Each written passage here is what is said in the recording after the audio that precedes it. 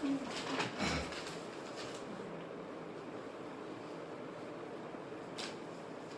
حول ولا قوة إلا بالله العلي العظيم.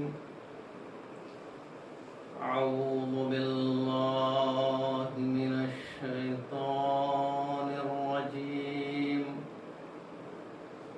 بسم الله الرحمن الرحيم. الحمد لله الذي نور قلوبنا بولاء الحسين وجده وأبيه وبنيه، وعجل عيوننا بالبكاء في عزائه ومصيبته، وجعل هاتين الموهبتين وسيلة لنيل قربته وتحصيل رحمته. ثم الصلاة والسلام على النبي البشير النظير وعلى أهل بيته الطيبين الطاهرين المعصومين المظلومين المنتجبين، واللعنة على أعدائهم أجمعين. أما بعد، فقد قال مولانا الإمام الصادق عليه آلاف التحية والسلام. بسم الله الرحمن الرحيم.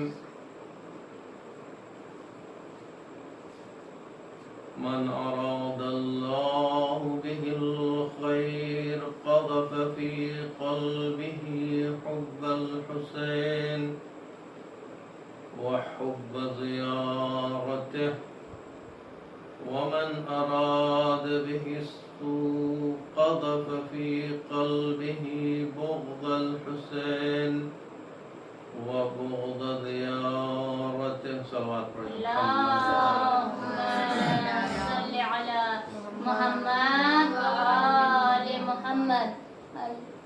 آج محرم کی 4 تاریخ ہے، گفتگو کا چوتھا دن ہے. اسی حدیث کے ضمن میں کہ جو ہمارے اور آپ کے چھٹے امام امام جعفر صادق علیہ السلام ارشاد فرماتے ہیں، محبت امام حسین علیہ السلام اور عظمت زیارت امام حسین علیہ السلام کے سلسلے سے کہ اللہ اگر کسی شخص کے سلسلے سے خیر کا ارادہ کرتا ہے تو اس کے دل میں محبت امام حسین علیہ السلام ڈال دیتا ہے اور شوق زیارت امام حسین اس کے دل میں ڈال دیتا ہے. وہ تڑپتا ہے زیارت امام حسین علیہ السلام کے لیے. اور اگر کسی شخص کے سلسلے سے پروردگار عالم بدی چاہتا ہے تو اس کے دل سے یہ نعمت محبت امام حسین علیہ السلام کی سلب کر لیتا ہے، لے لیتا ہے. اور کیا ڈال دیتا ہے؟ وہ بغض زیارتہ، اور اس کے دل میں امام حسین علیہ السلام کی زیارت سے عداوت، زیارت سے دشمنی. یہ بہت بڑی نعمت ہے کہ ہمارے اور آپ کے دلوں میں جو امام حسین علیہ السلام سے محبت ہے، جو لگاؤ ہے، جو اس کی زیارت کے لیے ہمارا دل تڑپتا ہے. اس نعمت کے اوپر جتنا شکر ادا کرنا چاہیے کم ہے. اور کوشش یہ کرنا چاہیے کہ اس نعمت کو کہ جو پروردگار عالم کا ارادہ ہے اسے ہمیں بچا کے رکھنا چاہیے، اسے ہمیں ضائع نہیں ہونے دینا چاہیے۔ اگر ہمارے دل میں محبت امام حسین علیہ السلام ہے تو ہمیں کوشش کرنا چاہیے کہ یہ محبت معرفت کے اندر تبدیل ہو جائے۔ صرف محبت کافی نہیں ہے، اگر محبت ہے تو ہمیں معرفت کے ساتھ محبت ہونی چاہیے۔ صرف عزیزو یا حسین کہنا کافی نہیں ہے، جب تک کہ امام حسین علیہ السلام کے بتائے ہوئے راستے کے اوپر چل نہ پڑیں، ان کے بتائے ہوئے راستے کے اوپر عمل نہ کریں۔ اور نہیں صرف دعویٰ ہے کہ ہمارے دل میں محبت امام حسین علیہ السلام ہے۔ کتنا عجیب سا لگتا ہے کہ اگر کوئی انسان کہے کہ ہمارے دل میں محبت ہے لیکن عمل میں زیرو ہے، عمل میں صفر ہے۔ اگر محبت امام حسین علیہ السلام ہے تو ہمیں اس کا ثبوت دینا چاہیے اپنے عمل کے اعتبار سے، اپنے کردار کے اعتبار سے۔ اور عزیزو یہ یاد رکھیے گا کہ جس اعتبار سے، جس خانوادے سے، جس فیملی سے انسان کا رشتہ ہوتا ہے وہ اتنا ہی عزیز ہو جاتا ہے۔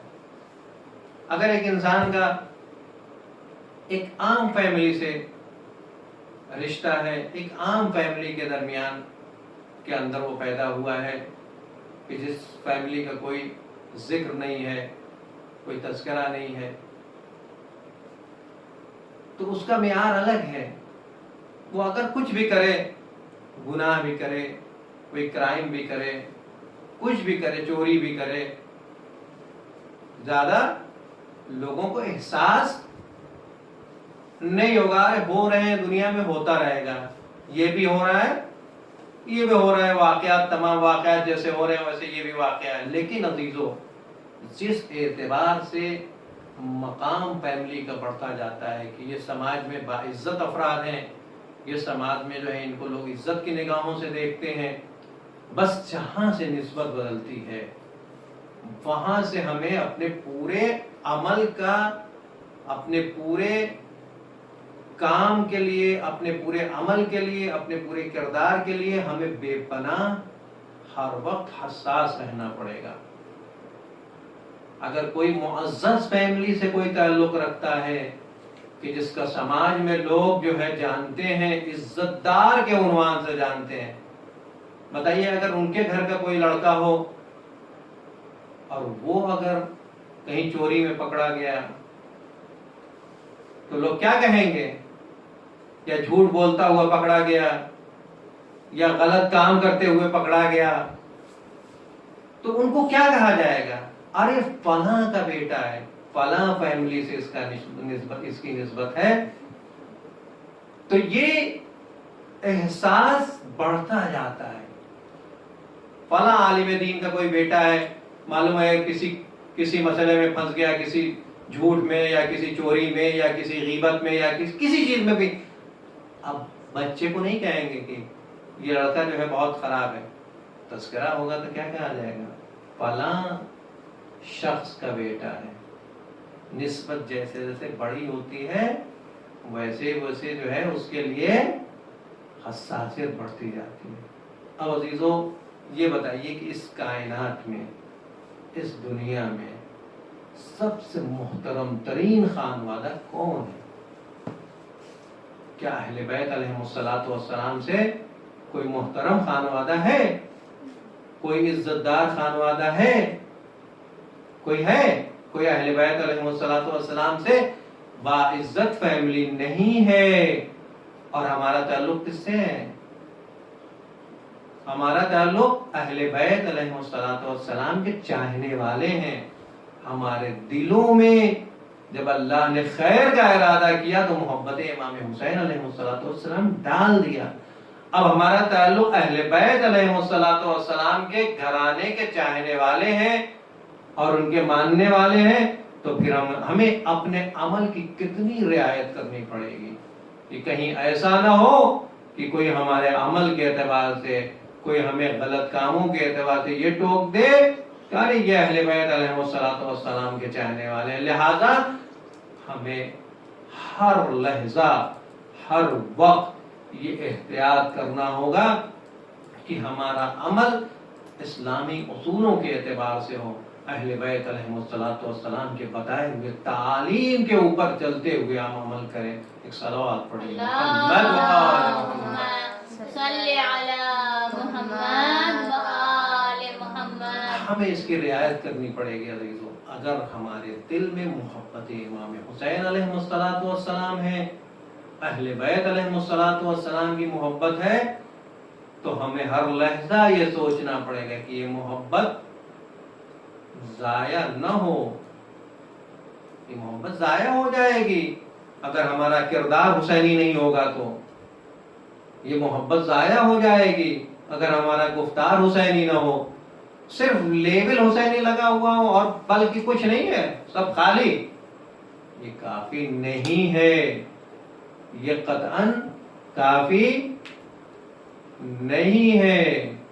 اور عزیزو، اگر محبت امام حسین علیہ السلام ہمارے دلوں میں ہے، روایات میں ہے کہ اگر کسی دل میں محبت امام حسین علیہ السلام گھر کر جائے، اس کے دل میں محبت ہو، تو اس کے تمام کے تمام گناہ بخش دیے جاتے ہیں۔ ایسے بخش دیے جائیں گے کہ ہم صرف امام حسین صاحب کو کہہ رہے ہیں کہ ہم دل سے مانتے ہیں لیکن عمل نہیں ہے۔ نہیں عزیزو، ایسا نہیں ہے۔ روایت میں ہے کہ امام حسین علیہ السلام کے اگر کوئی صدق دل سے زیارت کے لیے جائے کربلا معلی، تو جب وہ پلٹتا ہے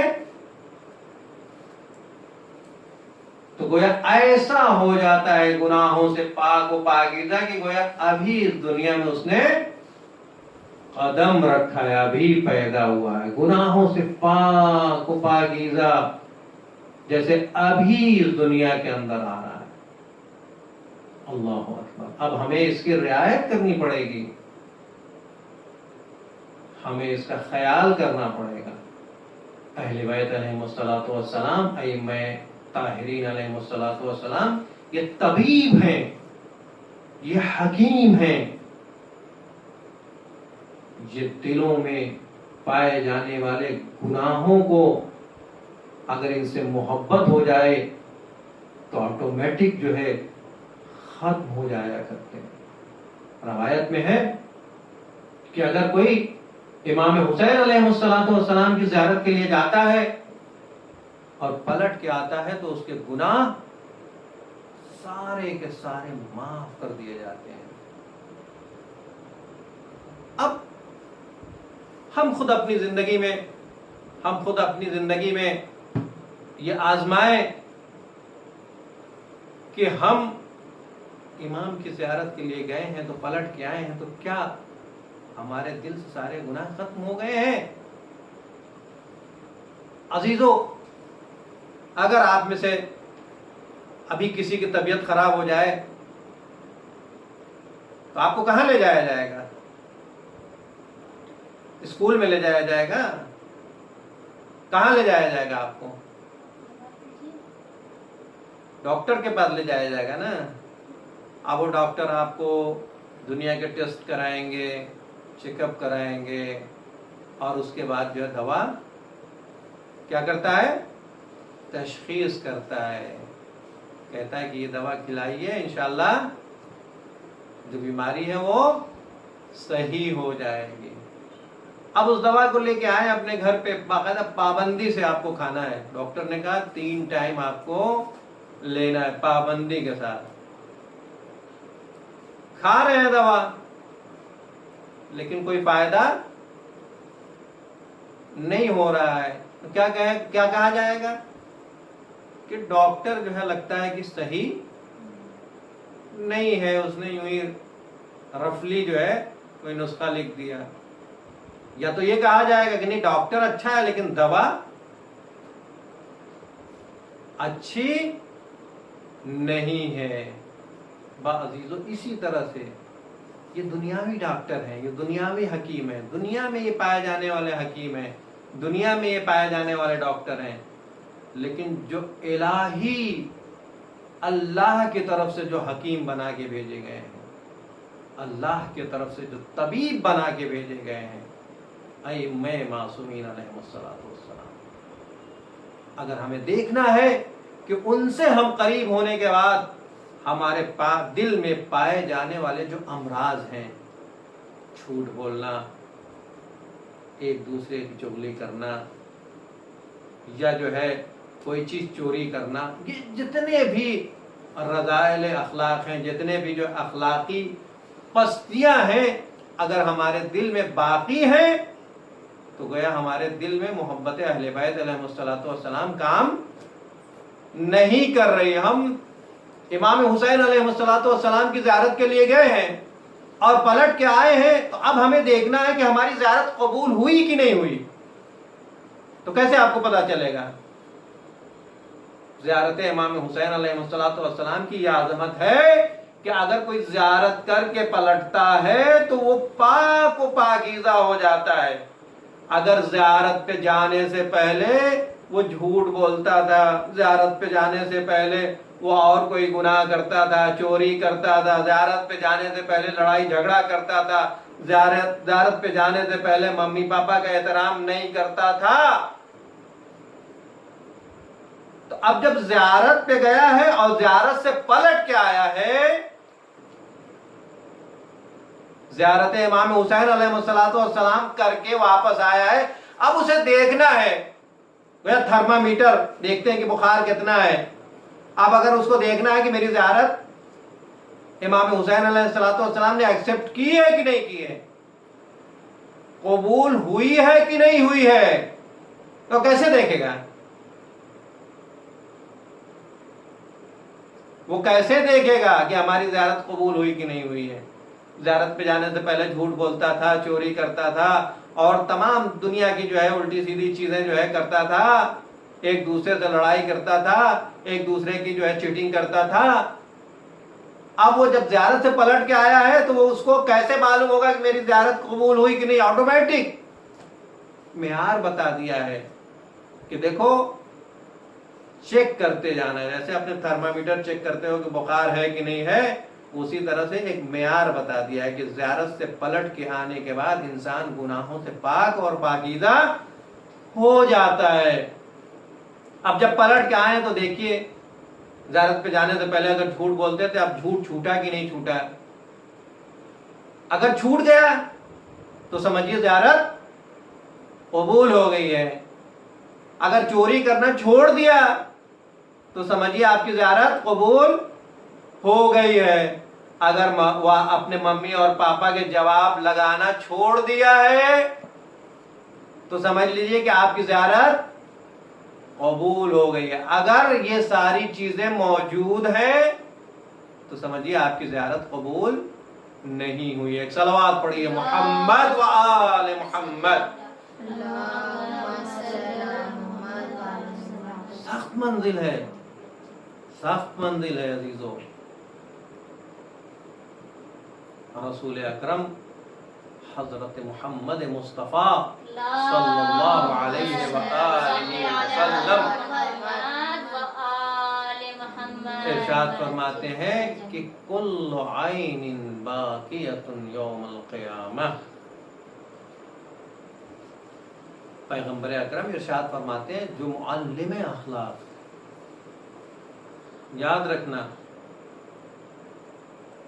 آپ سے خطاب ہے، بچوں سے خطاب ہے، نوجوانوں سے خطاب ہے۔ رسول اکرم ارشاد فرماتے ہیں کہ ہر آنکھ جب قیامت برپا ہوگی تو کیا ہوگا؟ ہر آنکھ رو رہی ہوگی، ہر آنکھ رو رہی ہوگی۔ کوئی شکایت کہ میرے پاس عمل نہیں ہے، کوئی ہے کہ میں دنیا میں جھوٹ بول کے آیا ہوں، کوئی ہے کہ میں ایک دوسرے کی غیبت کر کے آیا ہوں، ہزار گناہ کر کے آیا ہوں۔ اس گناہوں کے احساس سے وہ آنکھیں رو رہی ہوں گی، مگر 3 آنکھیں خوشحال ہوں گی، مگر 3 آنکھیں نہیں رو رہی ہوں گی۔ وہ 3 آنکھیں کون سی ہیں؟ کسی کو پتا ہے وہ 3 آنکھیں کون سی ہیں جو رو نہیں رہی ہوں گی قیامت کے دن؟ إِلَّا عَيْنٌ بَكَتْ مِنْ خَشْيَةِ اللَّهِ. ایک آنکھ کون سی ہوگی؟ ایک آنکھ وہ ہوگی کہ جو خوف الہی، خوف پروردگار عالم سے رو رہی تھی دنیا میں. اللہ کا تذکرہ ہوا تو بدن کانپنے لگتا ہے، آنکھوں سے زار زار آنسو نکلنے لگتا ہے. اللہ کے سامنے مصلی پہ آتے ہیں تو ادب کے ساتھ آنا چاہیے، احترام کے ساتھ آنا چاہیے. آپ اسکول میں پرنسپل کے سامنے جاتے ہیں تو کیسے جاتے ہیں؟ کیسے جاتے ہیں؟ جیسے ہوتا ہے دل میں ویسے چلے جاتے ہیں. تو یہ پرنسپل امپورٹنٹ ہے کہ خدا کی بارگاہ میں آئے ہیں، وہ امپورٹنٹ ہے. ایک آنکھ وہ رو رہی ہوگی، نہیں رو رہی ہوگی، خوشحال ہوگی دنیا میں کہ جو خوف الہی سے، اللہ کے خوف سے دنیا میں وہ آنکھیں رو رہی ہوں گی، جس نے گریہ کیا. اور دوسری آنکھیں کیا ہوں؟ کون سی ہیں کہ جو رو نہیں رہی ہوں گی؟ عین غضت عن محارم اللہ. دوسری آنکھ جو خوش ہوں گی وہ کون سی ہوگی؟ کہ جس نے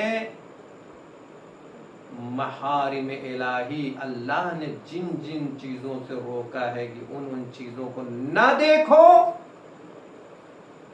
ان سے نظر چھپا لیا ہو، وہ آنکھ خوش ہوگی قیامت کے دن. اللہ نے کہا دیکھو حرام کام نہ دیکھو، نامحرم کے اوپر نگاہ نہ کرو، غلط ویڈیوز نہ دیکھو، فلمیں نہ دیکھو. تو کیا ہے؟ اگر ان سب چیزوں سے ہم نے اپنی نظروں کو چھپا لیا تو یہ آنکھ کیا ہوگی؟ قیامت کے دن رو رہی ہوگی یا خوش ہوگی؟ خوش ہوگی. اسی موقع سے جو رسول خدا کے جو صحابی ابو بصیر ہیں، کیا ہے جب ابو بصیر کون تھے؟ رسول اللہ کے صحابی تھے، نابینا تھے. نابینا آنکھوں سے نہیں دکھتا تھا. ایک مرتبہ رسول کے ساتھ آتے ہیں اپنی بیٹی شہزادی فاطمہ الزہرا کے گھر پہ ابو بصیر اور رسول اکرم.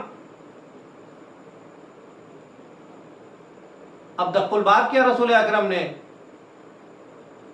تو اندر سے بیٹی کی آواز آئی، بابا جان آ جائیے. اندر سے آواز آئی، بابا جان آ جائیے. کہا میرے ساتھ صحابی بھی ہیں میرے ابو بصیر. یہ پردے کا درس دیا ہے. زندگی ہمیشہ رہنے کے لیے نہیں ہے، آئے ہیں چلے جانا ہے. آج ہم ہیں، کل چلے جائیں گے، کل آپ ہیں، پرسوں آپ چلے جائیں گے. لہذا زندگی کو معیاری بنائیے، جو اسلام نے کہا ہے اس انداز سے زندگی گزاریے. رسول اکرم نے کیا کہا کہ بیٹی فاطمہ میرے ساتھ میں ابو بصیر ہیں، آ جائیں. تو شہزادی نے کہا نہیں بابا رکیے، حجاب کر لو، پردہ کر لو. کہا ابو بصیر کو دکھتا نہیں ہے، نابینا ہے. ہم اور آپ ہوتے تو کیا ہوتے ہیں؟ کہتے ہیں ہاں آ جائیے، کوئی بات نہیں.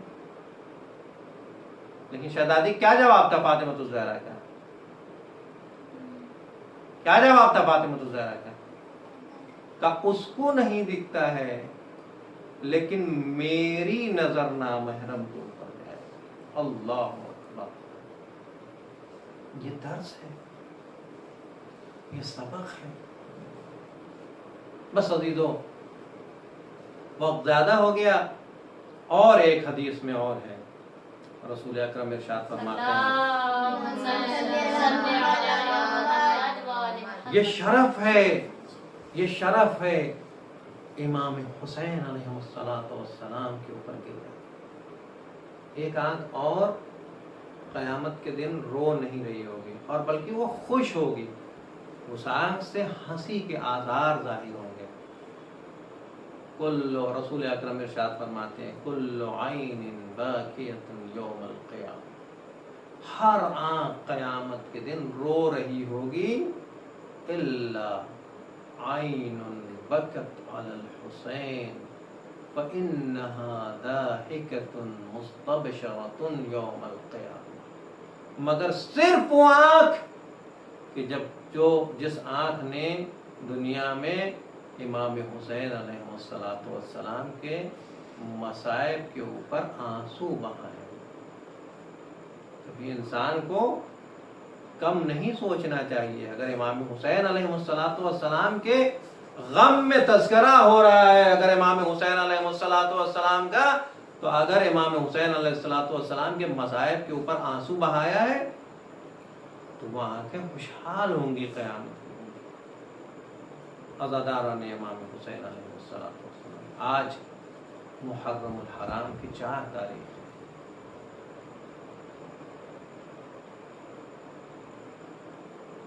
کربلا کے میدان میں ایک مرتبہ اشقیاء کی طرف روایت میں ہے کہ لشکر پہ لشکر آ رہے ہیں، کربلا کی زمین ہل رہی ہے فوجیوں سے آنے سے، گھوڑوں کی ٹاپوں کی آواز آ رہی ہے۔ ایک مرتبہ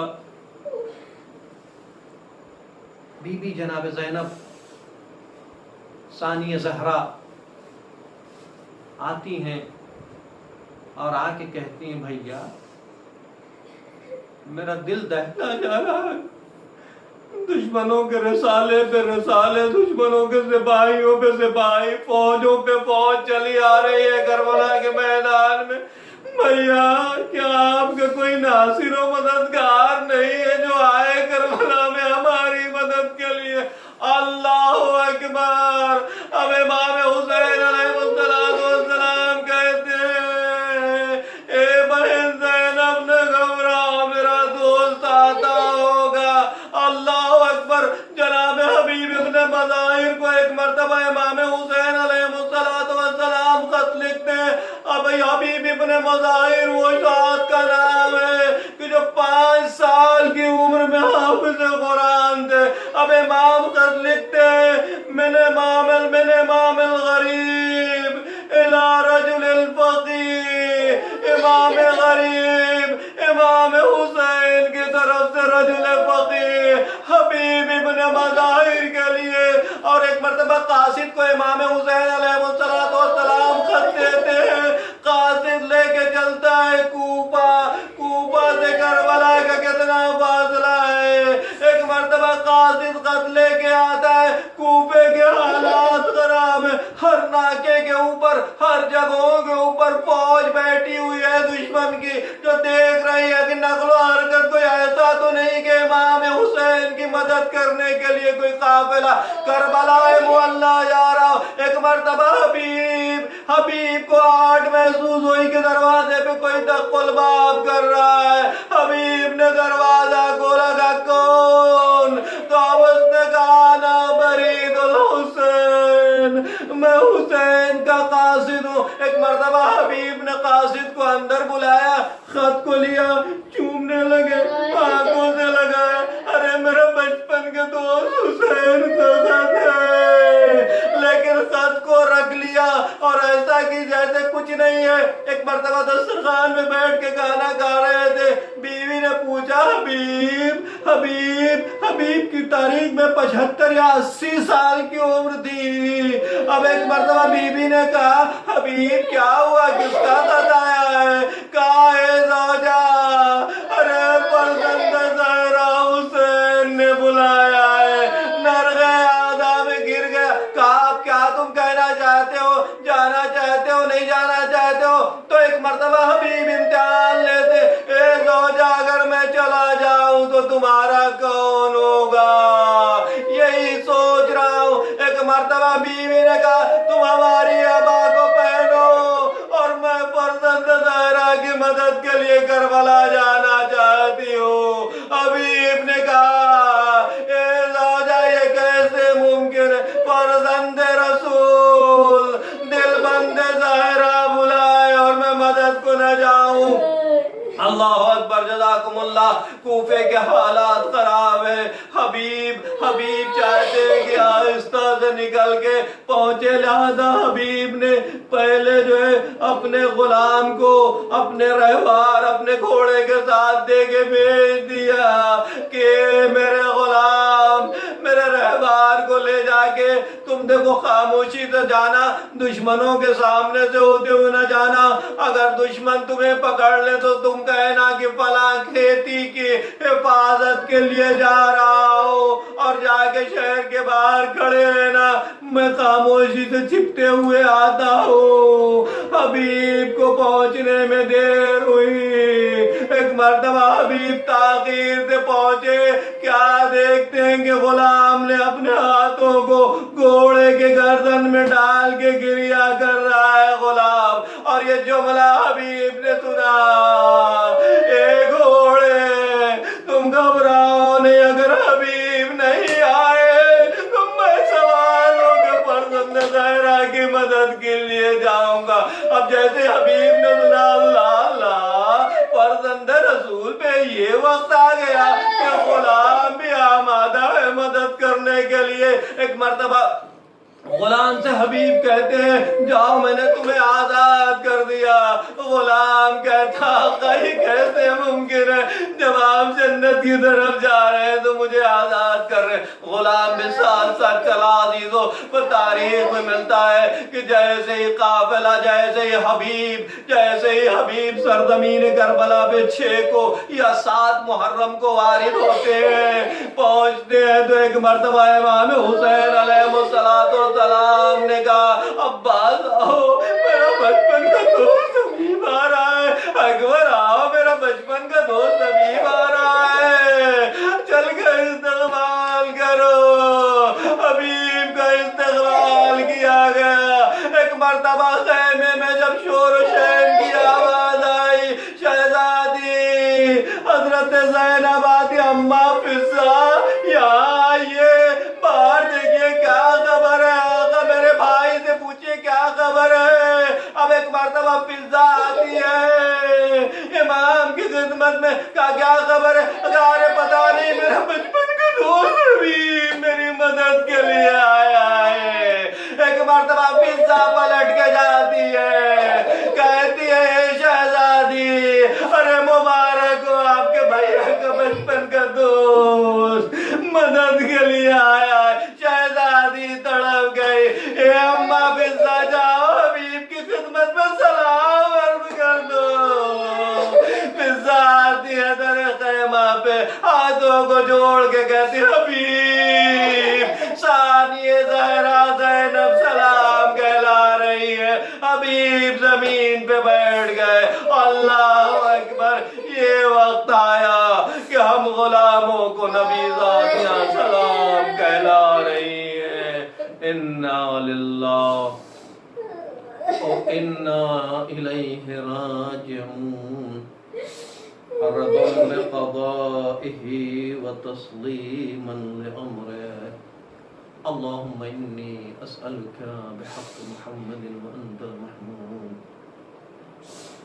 وبحق علي وأنت العالى، وبحق فاطمة وأنت فاطر السماوات والأرض، وبحق الحسن وأنت المحسن، وبحق الحسين وأنت قديم الإحسان، وبحق الأئمة التسعة الطاهرين من ذرية الحسين عليهم الصلاة، پروردگارا اس قلیل سے عمل کو قبول فرما، پروردگارا محمد و آل محمد کا حبیب ابن مظاہر، پروردگارا اس دنیا سے اس بلا کا خاتمہ فرما، مؤمنین کی جان عزت و مال کی حفاظت فرما، جو بیمار ہیں ان کو شفاء کامل و عاجل عنایت فرما، پروردگارا ہم دنیا میں رہیں تو محبت اہل بیت ہمارے دلوں میں، جب ہم اس دنیا سے جائیں تو شفاعت اہل بیت علیہ السلام سے محروم نہ کرنا،